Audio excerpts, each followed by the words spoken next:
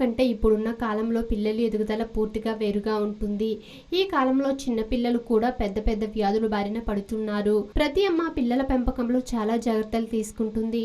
ప్రతిదీ ప్రత్యేకంగా చేసి పెడుతుంది. అయినా పిల్లలు జబ్బు పడుతుంటారు. వాతావరణంలో మార్పుల వలన చిన్న చిన్న వ్యాధులు వస్తాయి. ఈ రోగాలే పెద్దయ్యాక వారి పాలిట శాపాలుగా మారుతున్నాయి.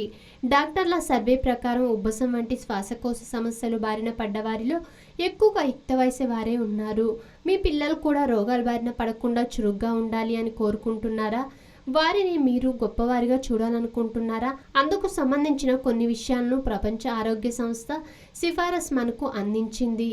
పిల్లలు పెద్దయ్యాక ఆరోగ్యంగా ఉండాలంటే వారికి చిన్నప్పటి నుంచే చురుకుగా ఆటలు ఆడేలా, శారీరక శ్రమ, వ్యాయామం చేసేలా చూసుకోండి.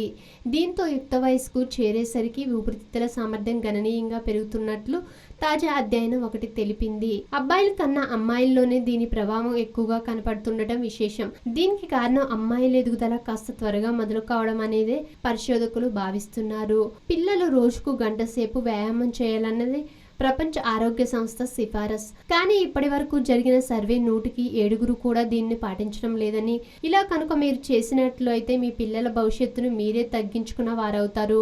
మీ పిల్లలకు వ్యాయామం చేయించండి, లేదా వారికి తగిన క్రీడల్లో ప్రోత్సహించండి. వారి ఆయుష్ను పెంచండి. ఆధునిక జీవితం, అనారోగ్య సమస్యలు ప్రతి ఒక్కరికి ఏదో ఒక తెలియని సమస్య. చిన్న చిన్న చిట్కాలతో మంచి ఆరోగ్యాన్ని మీ సొంతం చేసుకుందాం అనుకుంటున్నారా?